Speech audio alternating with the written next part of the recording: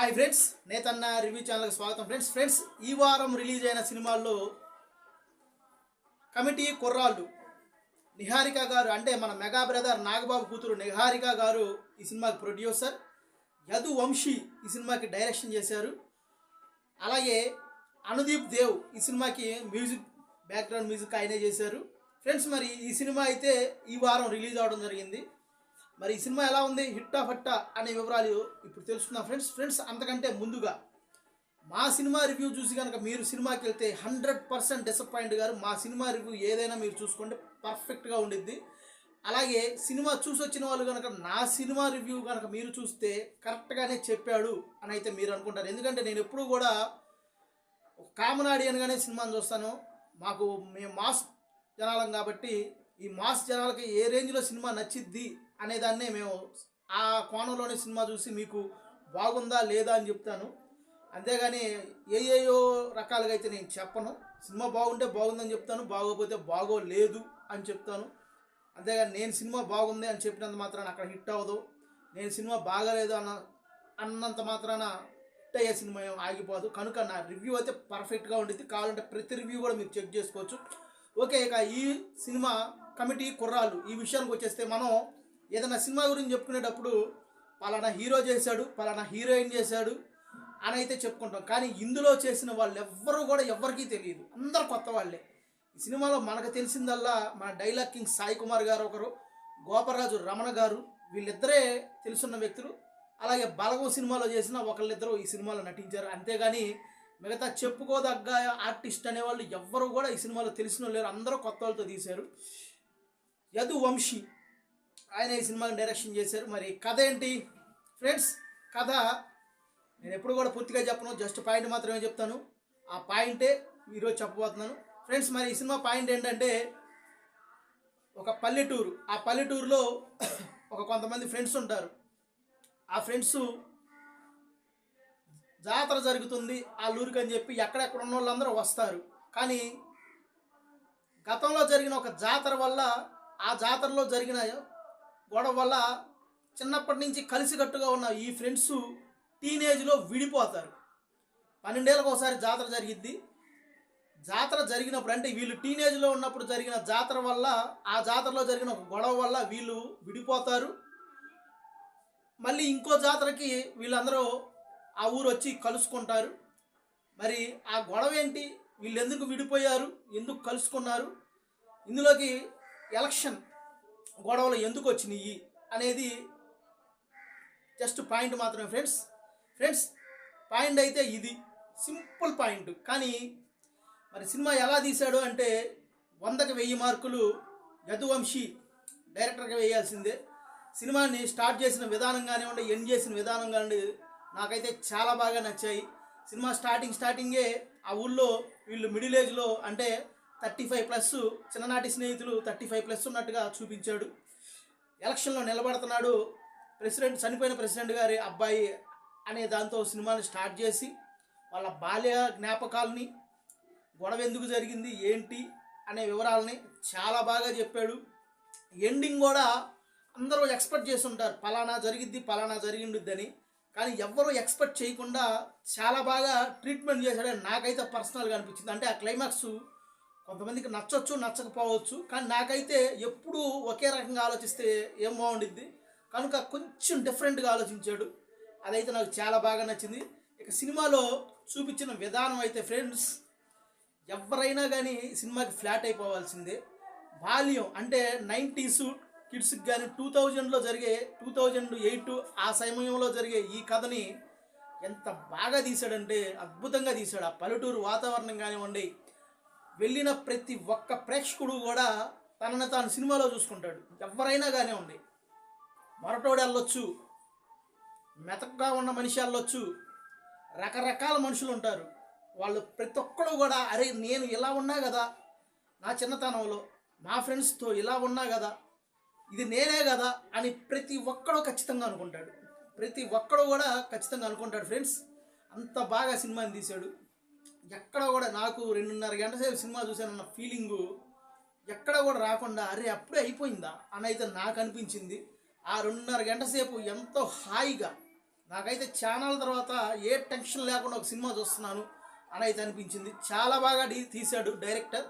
100కి 1000 మార్కులు నేనైతే పర్సనల్గా యదువంశీ గారికి వేస్తాను. ఇక ప్రొడక్షన్స్ వాల్యూస్ నిహారిక గారు ఓకే బాగానే ఖర్చు పెట్టారు, కానీ కొన్ని చోట్ల ఇంకా బాగా తీయొచ్చేమో ఖర్చు పెట్టి అని అయితే అనిపించింది. కానీ బడ్జెట్లో తీసే సినిమాలు కాబట్టి ఇవి కొంచెం అలాగే ఉండొచ్చు. ఇక మ్యూజిక్ డైరెక్టర్ అనుదీప్ దేవ్, ఈయన హనుమాన్ సినిమాకి కూడా మ్యూజిక్ చేశాడు. సినిమాలో కొన్ని పాటలు ఉన్నాయి, మనం లెక్క పెట్టలేదు కానీ 7-8 పాటల పైన ఉన్నట్టుగా ఉంది. నేనైతే లెక్క పెట్టలేదు, కానీ పాటలు వస్తున్నా కానీ మీరు ఎక్కడ డిస్టర్బెన్స్ గారు, ప్రతి పాటని మీరు ఎంజాయ్ చేస్తారు. సినిమాలోంచి బయటకు వచ్చిన తర్వాత ఆ పాటలు మనకు గుర్తుండపోయినప్పటికీ కూడా సినిమాలో చూస్తున్నంత సేపు మాత్రం అరే ఇక్కడ పాట వస్తుంది అన్న సంగతి మీరు మర్చిపోతారు. చాలా బాగా మ్యూజిక్ డైరెక్షన్ చేశాడు ఆయన. అలాగే ఆ సన్నివేశాలను కూడా సినిమాలో డైరెక్టర్ సూపర్ అంటే సూపర్గా తీశాడు. ఎక్కడ కూడా ఇసుక పుట్టదు, మీకు పాటలు వస్తున్నాయి లేచి బయటికి వెళ్దాం అనే ఉండదు. ఎందుకంటే పాట రన్ అవుతుంటే సినిమా రన్ అవుతుంటుంది, మీకు డ్యూయట్ సాంగ్స్ కాదు అక్కడ జరిగేది. చాలా బాగా కథతో పాటు పాటలని తీసుకెళ్ళిన విధానం కానివ్వండి, ఆ మ్యూజిక్ వినటానికి పల్లెటూరు వాతావరణంలో సినిమా తీసినప్పటికీ కూడా మ్యూజిక్ వినటానికి చాలా అంటే చాలా బాగుంది. అనుదీప్ బెస్ట్ బ్యాక్గ్రౌండ్ మ్యూజిక్ ఈ సినిమాకి ఇచ్చాడని అయితే నేను అనుకుంటున్నాను. ఈ సంవత్సరం అతనికి అనుదీప్కి మ్యూజిక్ డైరెక్టర్కి బెస్ట్ బ్యాక్గ్రౌండ్ మ్యూజిక్గా హనుమాన్కి కానివ్వండి ఈ సినిమా కానివ్వండి ఈ 2 సినిమాల్లో ఏదో ఒక దానికి ఖచ్చితంగా అవార్డు అయితే వచ్చిద్దని నేనైతే పర్సనల్గా అనుకుంటున్నాను. ఎందుకంటే అంత బాగా ఉంది. మీరు సినిమా చూసి బయటకు వచ్చేటప్పుడు కూడా అతను ఇచ్చిన బ్యాక్గ్రౌండ్ మ్యూజిక్ టైటిల్స్ పడుతున్నప్పుడు ఎంతో మధురంగా ఉంది. నిజంగా చాలా అంటే చాలా బాగుంది. టైటిల్స్ అయిపోయేంత వరకు ఆ మ్యూజిక్ వింటానే ఉన్నాను నేనైతే, అంత బాగా ఉంది. ఫ్రెండ్స్ మరి ఇక కెమెరా పనితనం కొంచెం లో అయినట్టుగా నాకు అనిపించింది. ఇంకా బాగుంటే బాగుండు అని అనిపించింది. పల్లెటూరు వాతావరణాన్ని చాలా బాగా తీశాడు. ఫ్రెండ్స్ మరి ఇక డైరెక్టర్ సూపర్గా తీశాడు. నిహారిక గారు పెట్టాల్సినంత వరకు పెట్టారు. మ్యూజిక్ డైరెక్షన్ అద్భుతంగా ఉంది. కెమెరా పనితనం నాకు కొంచెం తగ్గినట్టుగా అనిపించింది, కానీ ఏమీ ఇబ్బంది అయితే లేదు. కానీ పర్ఫార్మెన్స్ కొత్తగా నటులైనప్పటికీ కూడా అద్భుతంగా చేశారు. ఎక్కడ కూడా మరి వీళ్ళలోంచి రేపు ఏ సూపర్ స్టార్ బయటకు వస్తాడో తెలియదు, ఏ క్యారెక్టర్ ఆర్టిస్ట్ బయటకు వస్తాడో, బెస్ట్ క్యారెక్టర్ ఆర్టిస్ట్ మనకైతే తెలియదు. కానీ ఫ్యూచర్లో ఒకళ్ళని ఏలెత్తి చూపించడానికి కూడా లేకుండా అందరూ అద్భుతంగా చేశారు. ఒకళ్ళు హీరో అనుకోవడానికి ఈ సినిమాలో లేదు. ప్రతి ఒక్కడికి కూడా పర్ఫెక్ట్గా సరిపోయే కథ ఇది. ఇటు నుంచి చూస్తే వీడే హీరోనేమో, ఆ సైడ్ నుంచి చూస్తే ఆడే హీరోనేమో అనిపించే లెవెల్లో ఒక క్యారెక్టర్ ఎక్కువ ఒక క్యారెక్టర్ తక్కువ అని ఎవరిని తీసేయకుండా, హీరోయిన్ అనే కూడా అవకాశం కూడా మనకు రాదు, ఆలోచన కూడా రాదు. ఈ సినిమాలో హీరోయిన్ ఉందా లేదా అనే ఆలోచన కూడా మనకు రాకుండా కథతో పాటు మనం కూడా ట్రావెల్ అవుతాం. నిజం చెప్పాలంటే మనకు సినిమా హాల్లోకి వెళ్ళిన 10 నిమిషాలకే మన కళ్ళ ముందు మన ఊరిలో ఒక సమస్య జరుగుతుంది అన్నట్టుగా అయితే ఈ సినిమాని తీర్చిదిద్దారు. ఇంకో విషయం చెప్పాలి, ఈ సినిమాలో ఒక పాయింట్ని అయితే రేజ్ చేశాడు డైరెక్టర్.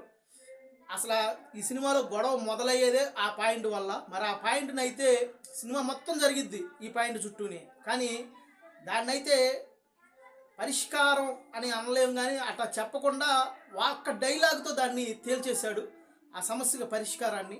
మరి అది ఎంతమందికి అర్థమైందో లేదో తెలియదు, కానీ నాకైతే బాగానే కనెక్ట్ అయింది. మరి ఆ పరిష్కారం ఆ సమస్య ఏంటనేది మీకు సినిమా చూస్తేనే అర్థమైద్ది.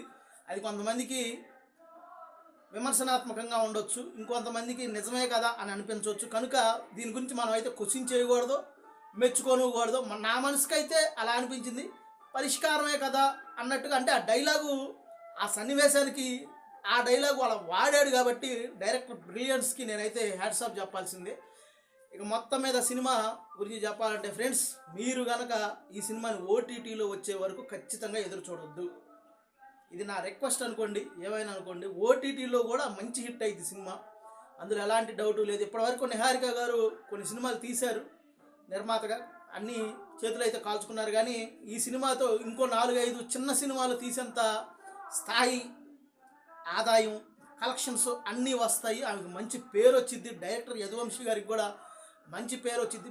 సినిమాలో టైటిల్ వేసుకున్నప్పుడు కూడా కొంచెం కథ జరిగిన తర్వాత యదువంశీ జాతర కమిటీ కుర్రాళ్ళు అనేసాడు. భలే ఉంది ఆ టైటిల్ వేసుకోవడం, నాకైతే బాగా నచ్చింది.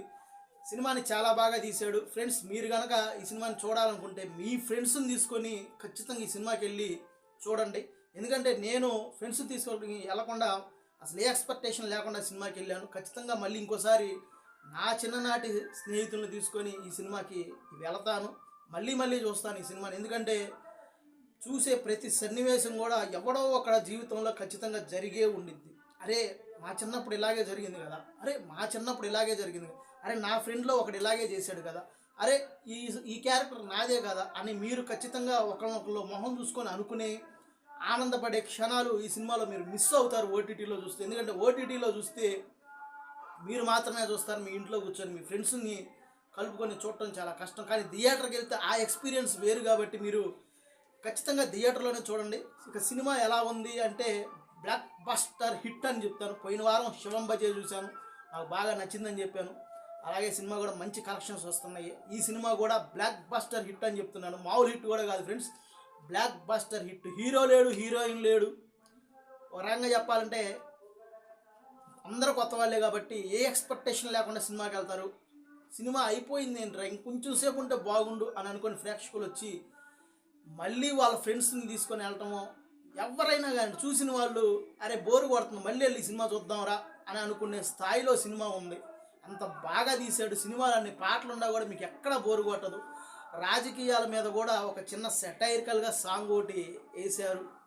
అన్నీ బాగున్నాయి ఫ్రెండ్స్. సినిమా నేను మళ్ళీ మళ్ళీ చెప్తున్నాను, థియేటర్లోనే ఈ సినిమా చూడండి. ఓటీటీలో కూడా త్వరగా వచ్చినప్పటికీ కూడా మంచి హిట్ అయ్యిద్ది. కానీ థియేటర్ ఎక్స్పీరియన్స్ వేరు కాబట్టి మీరు థియేటర్లో మీ ఫ్రెండ్స్ని తీసుకొని వెళ్ళి చూడండి.